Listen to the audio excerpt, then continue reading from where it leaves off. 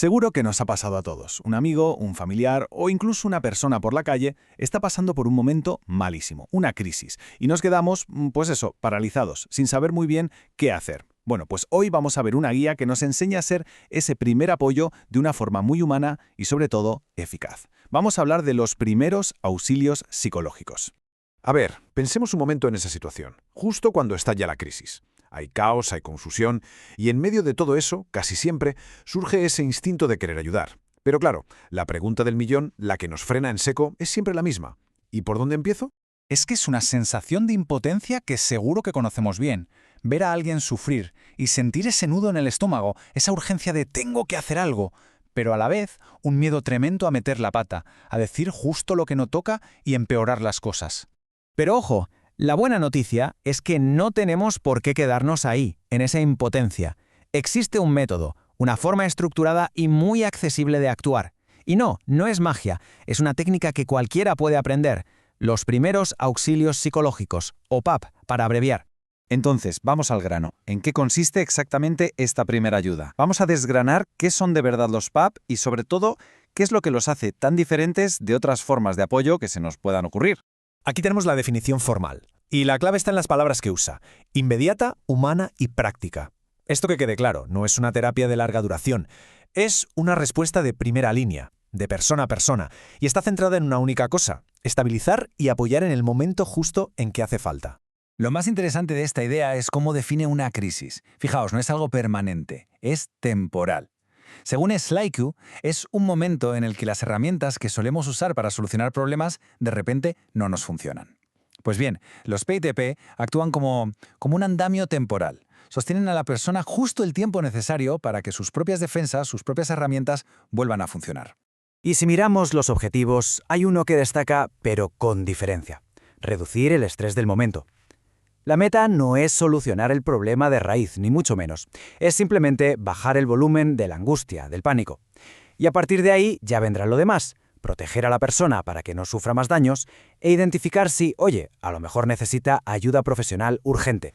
Y esto nos lleva a una de las confusiones más típicas y, la verdad, a la aclaración más importante que hay que hacer.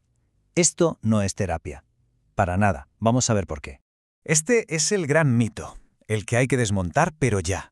La idea de que solo un profesional puede intervenir en estos casos es precisamente lo que nos paraliza a la mayoría, pero como vamos a ver ahora, es que es completamente falso. Es que la diferencia es abismal y se resume en dos palabras: el cuándo y el quién. Los PAPs son para allá, para el momento, en el lugar donde ha pasado todo, y los puede aplicar cualquier persona que se haya formado un poco. El objetivo: estabilizar. Punto. La terapia es otra historia, viene después, a veces semanas más tarde. Es un proceso mucho más profundo, dirigido por un profesional para tratar las secuelas. O sea, son dos herramientas distintas para dos momentos que no tienen nada que ver. Vale, si no es terapia, entonces, ¿qué es? ¿En qué se basa? Pues todo se apoya en 5 principios fundamentales que vienen a ser como una brújula en medio de esa tormenta que es la crisis. El investigador Hoffol fue quien identificó estos 5 pilares clave. Y es súper importante entender que no son una lista de tareas, una cosa detrás de la otra, no. Son elementos que se entrelajan entre sí y juntos crean un entorno de apoyo que es de verdad sólido y eficaz. A ver, vamos a verlos uno por uno. Todo empieza con la seguridad. Y no solo física, sino también emocional. Crear un espacio donde nadie juzgue. Luego, la calma, ayudar a que el cuerpo y la mente salgan de ese estado de alerta máxima.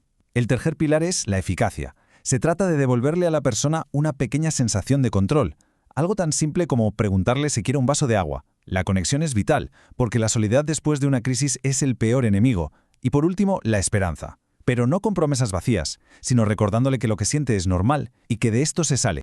Muy bien, ya tenemos la teoría bastante clara. Ahora vamos a lo importante, a la práctica. ¿Cómo aplicamos todo esto en una situación real? Pues por suerte hay un protocolo muy sencillito de seguir. Y ese protocolo es el ABCD. Es una regla mnemotécnica de estas que son súper útiles porque nos da una especie de hoja de ruta, un paso a paso muy fácil de recordar, incluso cuando los nervios están a flor de piel. Venga, vamos a desglosarlo. La A es de escucha activa, que no es otra cosa que estar ahí de verdad, en silencio si hace falta, y escuchar sin más. La B es de buena respiración o ventilación. guiar a la persona para que respire hondo y despacio, para que el cuerpo se calme. La C es de categorización, ayudarle a poner un poco de orden en el caos mental y a centrarse en qué es lo más urgente ahora mismo.